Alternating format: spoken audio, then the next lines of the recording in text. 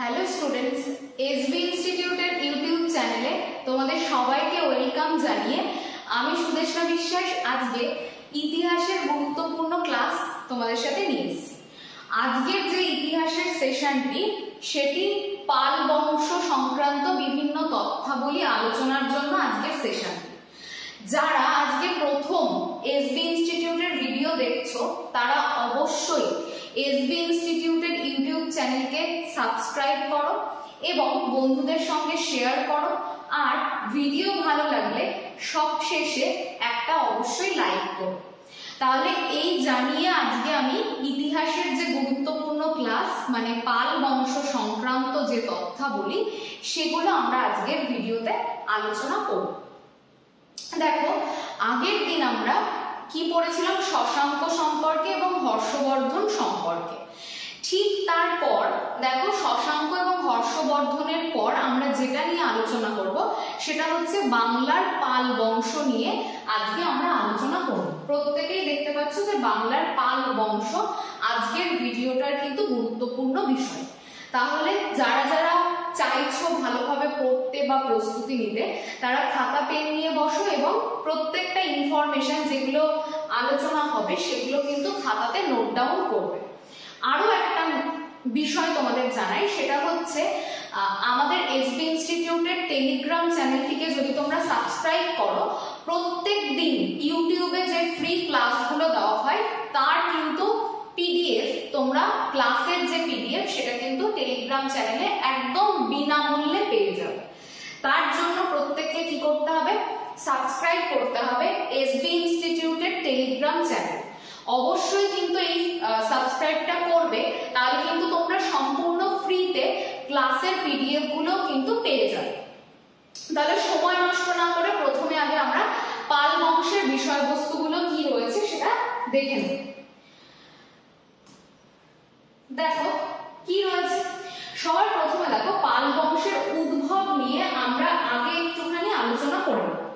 সেটা হচ্ছে শশাঙ্কের মৃত্যুর পর।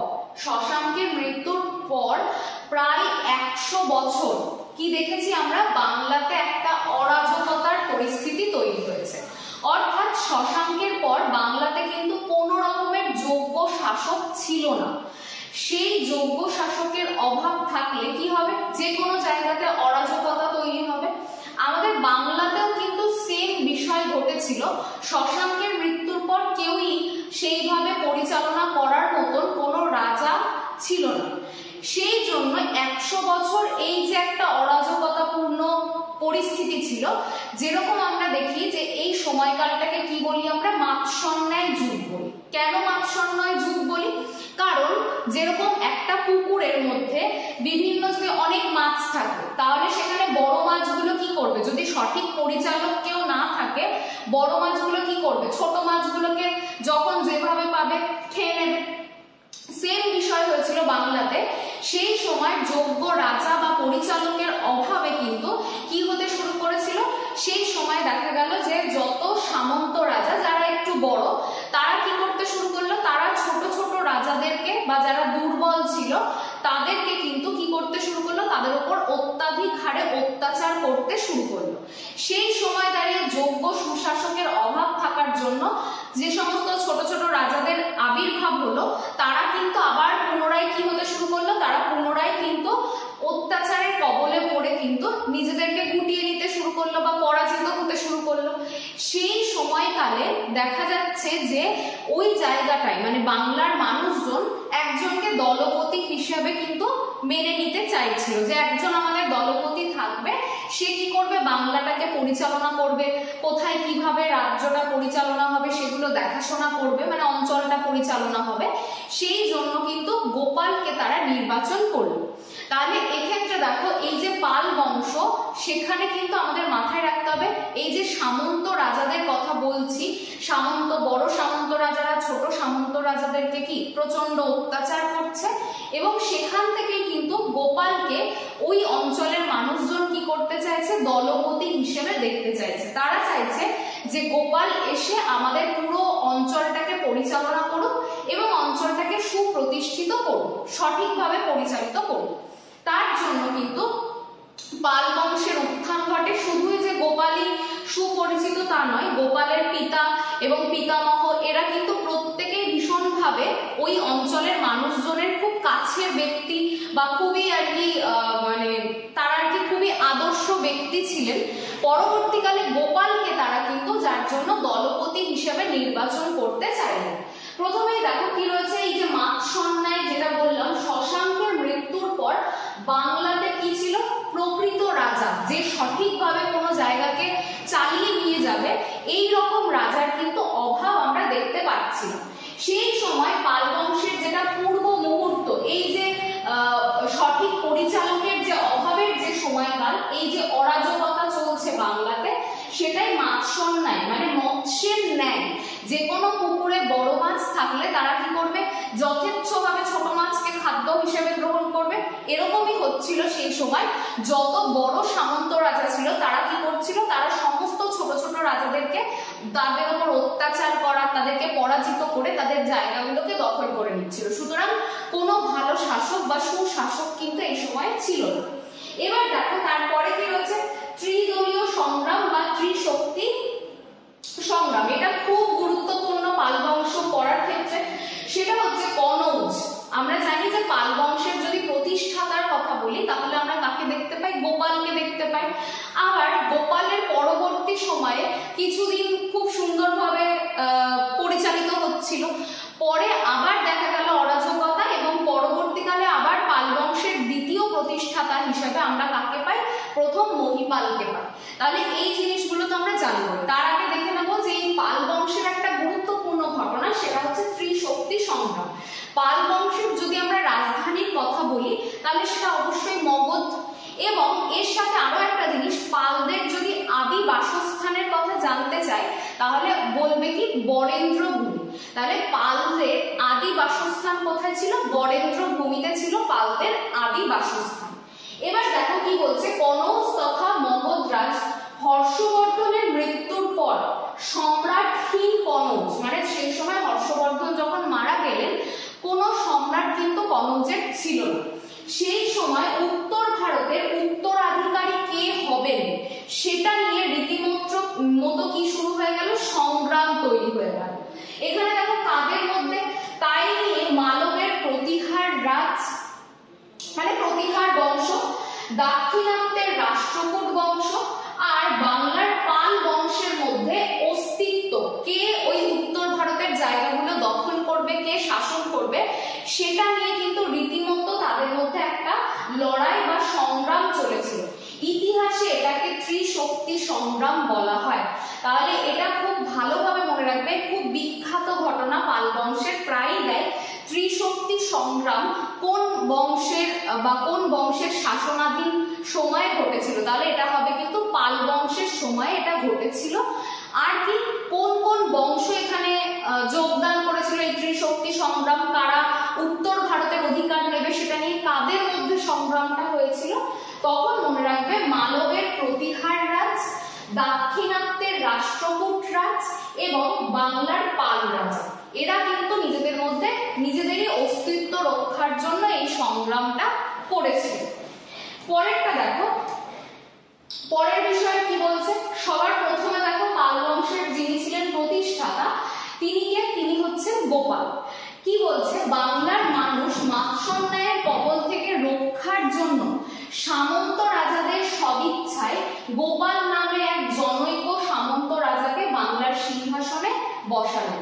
তাহলে আমরা প্রথমেই বুঝে গেছি যে শশাঙ্কের মৃত্যুর 100 বছর পর বাংলাতে সাংঘাতিক অরাজকতা চলেছিল, যার জন্য সেখানকার মানুষজন প্রায় অতিষ্ঠ হয়ে পড়ছিলেন। সেই সময়ে দাঁড়িয়ে সেখানকার মানুষজন কি করতে শুরু করলেন, সেই জায়গার মানুষজন করতে শুরু করলেন হলো যে আমাদের একটা সঠিক সুশাসক প্রয়োজন। সেই জন্য যত সামন্ত রাজা ছিল বাংলার তাদের মধ্যে থেকে যোগ্যকে, সেটা কিন্তু মানুষ নিজেরাই সদিচ্ছায় বেছে নিলেন। যোগ্য কে ছিলেন, গোপাল ছিলেন কিন্তু একজন জনৈক সামন্ত রাজা, যিনি বাংলার সিংহাসনটা দখল করলেন। একদিকে মাৎসন্যায়ের জবনিকা ঘটে, মানে ওই 100 বছর যে অরাজকতা সেটার জবনিকা পতন ঘটে, আর অন্যদিকে বাংলায় পাল বংশের কিন্তু প্রতিষ্ঠা হয়। তাহলে এই জায়গাটা খুব ভালো করে পড়বে যে গোপাল থেকে কি পড়বো, কে মাৎস্য মাৎসন্যায় যুগের অবসান ঘটান কোন সামন্ত রাজা, সেটার উত্তর হবে গোপাল। আর যদি আমাদেরকে জিজ্ঞাসা করা হয় যে পাল বংশের প্রতিষ্ঠাতাকে, তাহলে সেটার উত্তর হবে গোপাল। এরপর দেখো বাংলা তথা ভারতের প্রথম নির্বাচিত রাজা, তাহলে যদি আমাদের বলে মানুষের বা জনগণের দ্বারা নির্বাচিত বাংলার প্রথম রাজাকে এবং ভারতেরও তিনি প্রথম রাজা, তিনি হচ্ছেন কিন্তু গোপাল। তারপর দেখো গোপাল কোন ধর্মের অনুরাগী ছিলেন, গোপাল ছিলেন বৌদ্ধ ধর্মের অনুরাগী। তাহলে এটাও আমরা খুব ভালোভাবে মনে রাখবো। এই যে গোপাল, তিনি কিন্তু একটা বিহার প্রতিষ্ঠা করেছিলেন। বিহার বলতে কি, বিহার হচ্ছে শিক্ষা কেন্দ্র। সেই সময় কিন্তু সমস্ত পাল রাজারাই বিভিন্ন কিন্তু শিক্ষা কেন্দ্র প্রতিষ্ঠা করেন। তাদের মধ্যে যদি আমরা প্রধান দেখি, সেটা হচ্ছে গোপাল যেটা প্রতিষ্ঠা করেছিলেন সেটা হচ্ছে ওদন্তপুরী বিহার। এটা ভালোভাবে মনে রাখবে। গোপাল কোন বিহার প্রতিষ্ঠা করে, ওদন্তপুরী বিহার, এটা কিন্তু গোপাল প্রতিষ্ঠা করে। রাজধানী কি, গোপালের সময় বিহারের মুঙ্গেরে ছিল রাজধানী। তাহলে গোপাল থেকে কি কি আমরা গুরুত্বপূর্ণ করব আরেকবার নোট ডাউন করে নাও। সেটা হচ্ছে পাল বংশের প্রতিষ্ঠাতাকে গোপাল, প্রথম ভারত তথা বাংলার কি বলবো নির্বাচিত রাজাকে সেটা গোপাল, গোপাল কোন বিহার প্রতিষ্ঠা করেন এটা ভালো করে মনে রাখবে, ওদন্তপুরী বিহার গোপাল প্রতিষ্ঠা করেন। গোপালের সময় রাজধানী কোথায় ছিল, বিহারের মুঙ্গেরে ছিল। আর যদি আমাদেরকে বলে কে মাৎসন্যায় যুগের অবসান ঘটায়, তার উত্তরও হবে গোপাল। আরেকটা জিনিস সেটা হচ্ছে এই সম্পর্কে যে ওদন্তপুরী বিহার প্রতিষ্ঠা এবং গোপালের সংক্রান্ত যে বিষয়গুলো, সেটা কোথা থেকে আমরা জানতে পারি, সেটা হচ্ছে খলিমপুর তাম্রলিপি থেকে কিন্তু আমরা জানতে পারি। তাহলে খলিম বা খালিমপুর বলে অনেকে, তাহলে খলিমপুর বা খালিমপুর তাম্রলিপি থেকে কিন্তু আমরা এই বিষয় সম্পর্কে সঠিক ধারণা পাই। পরের স্লাইড দেখো কি বলছে, সেটা হচ্ছে ধর্মপাল। তাহলে গোপালের পরবর্তী শাসকের নাম কি, গোপালের পরবর্তী শাসক হচ্ছে ধর্মপাল। তিনি দেখো 770 থেকে 810 খ্রিস্টাব্দ পর্যন্ত কি করেছিলেন, রাজত্ব করেছিলেন। গোপালের মৃত্যুর পর তার পুত্রই কিন্তু বাংলার সিংহাসনে বসেন। এখানটাতে খুব ভালো করে মনে রাখবে, সেটা হচ্ছে উপাধি কি কি ছিল ধর্মপাল। দেখো প্রথমটা পরমেশ্বর, তারপরে পরম ভট্টারক, তারপরে মহারাজাধিরাজ, তারপরে উত্তরা পথস্বামী। তাহলে এখানে দেখো এই জায়গাটা মনে রাখবে যে যদি এর সামনে সকল উত্তরা পথনাথ দেয় তাহলে হবে হর্ষবর্ধন, আর যখন দেবে উত্তরা পথস্বামী তখন কিন্তু এটার উত্তর হয়ে যাবে ধর্মপালের উপাধি হচ্ছে উত্তরা পথস্বামী। তাহলে এই চারটে উপাধি মনে রাখবে, পরমেশ্বর, পরম ভট্টারক, মহারাজাধিরাজ এবং উত্তরা পথস্বামী। তাহলে এই কটা ছিল ধর্মপালের উপাধি। ধর্মপালের সিংহাসন কাল বাংলার গৌরবময় সময় হিসেবে উল্লেখ রয়েছে। তাহলে গোপাল তো প্রতিষ্ঠা করলেন পাল বংশের, ঠিক তার পরবর্তী রাজা ধর্মপাল তিনি কিন্তু বাংলার এই পাল বংশটাকে কিন্তু অনেকটা গৌরবময় জায়গায় বা অনেকটা উঁচু জায়গাতে নিয়ে গেছিলেন। এরপর দেখো হর্ষবর্ধনের মৃত্যুর পর রাজনৈতিক শূন্য আর্যাবর্তের উত্তরাধিকারকে নিয়ে ত্রিশক্তি সংগ্রাম হয়েছিল, যেটা একটু আগে আমরা আলোচনা করলাম। কি কনৌজ দখলের লড়াই চলেছিল তিনটে শক্তির মধ্যে। কারা তারা, একটা হচ্ছে বাংলার পাল রাজা, আরেকটা হচ্ছে দাক্ষিণাত্যের রাষ্ট্রকূট, আরেকটা হচ্ছে মালবের কোন বংশ, প্রতিহার বংশ। এদের মধ্যে কিন্তু সাংঘাতিক একটা সংগ্রাম চলেছিল।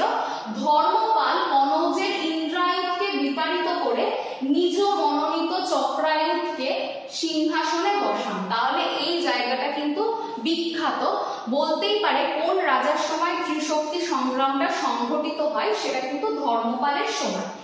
ধর্মপালই প্রথম যিনি গোকর্ণ বা নেপালকে বাংলার অন্তর্ভুক্ত করেন। তাহলে এখানে আরো একটা ইনফরমেশন, নেপালকে কোন পাল রাজা বাংলার অন্তর্ভুক্ত করেন, তাহলে আমরা উত্তর কি দেব, সেটা হচ্ছে ধর্মপাল।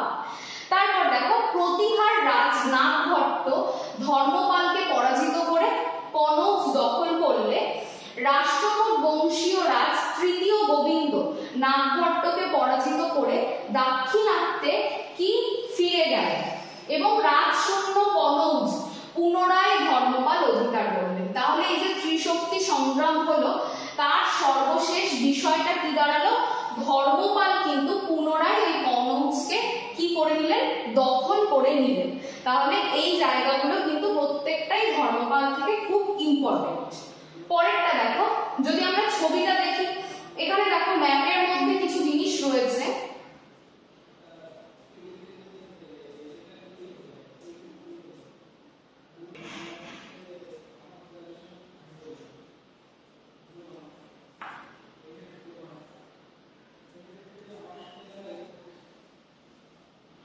দেখো এখানে দেখো কি রয়েছে, বিহারের মুঙ্গের তাম্রপট থেকে জানা যায় ধর্মপালের বীরত্বের কাছে ভোজ, মৎস্য, মদ্র, কুরু, অবন্তী, যদুবংশীয় রাজারা কি করে? বশ্যতা স্বীকার করে নেয়।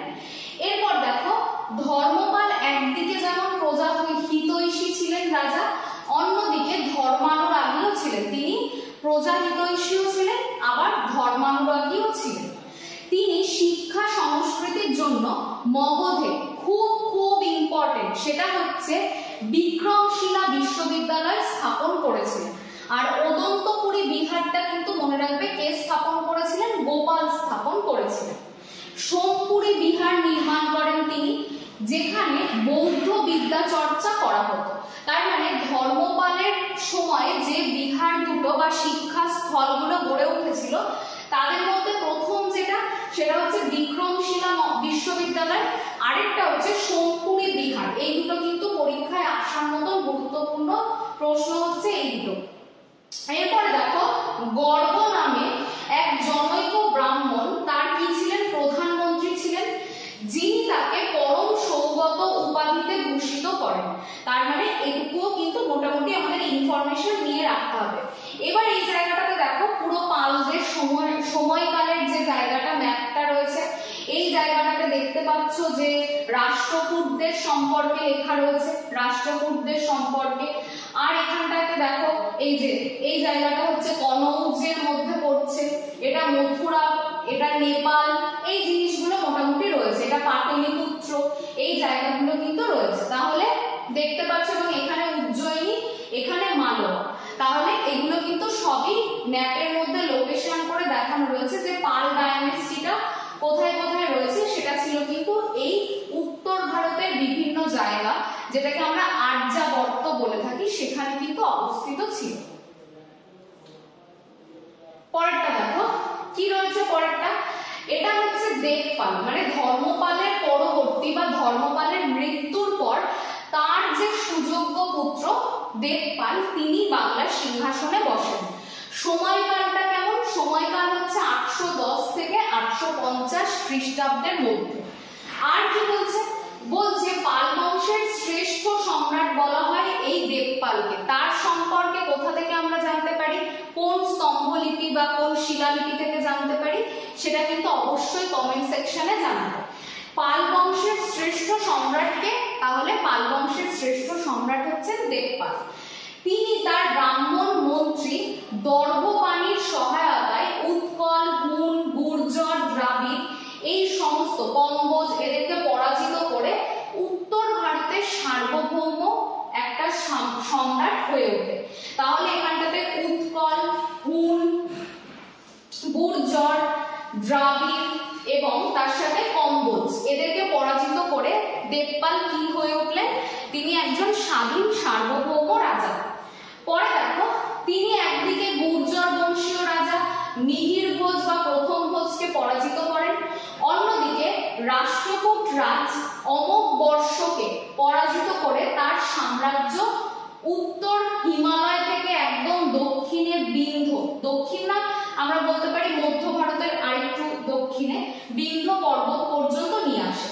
পূর্ব দিকে আসাম থেকে নিজের রাজ্যটা পশ্চিমে পাঞ্জাব পর্যন্ত বিস্তার লাভ ঘটান। তার মানে ভেবে দেখো যে দেবপাল কতটা শক্তিশালী ছিলেন। তিনি কোথা থেকে? উত্তরে হিমালয় থেকে পুরো কোথায়? বিন্ধ্য, আর পূর্বে অসম থেকে একদম পশ্চিমে পাঞ্জাব অব্দি নিজের সাম্রাজ্য প্রতিষ্ঠা করেছিলেন।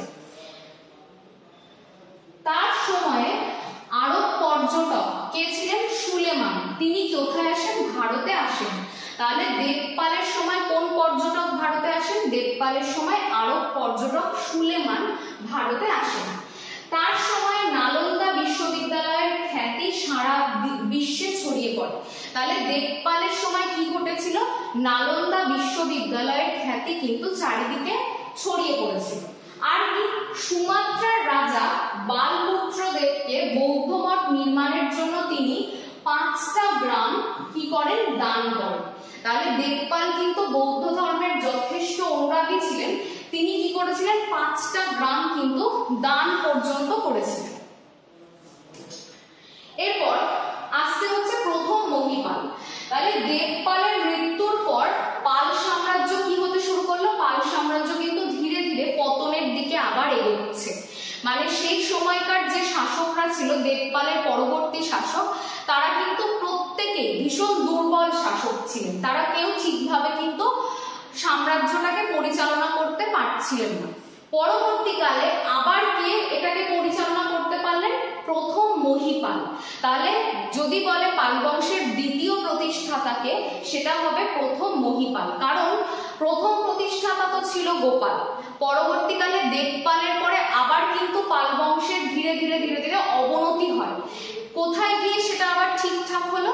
সেটা কিন্তু আবার যখন ক্ষমতা আসলো প্রথম মহিপালের হাতে, তখন কিন্তু আবার পুনরায় পাল বংশের কিন্তু চারিদিকে প্রসার ঘটতে শুরু করলো।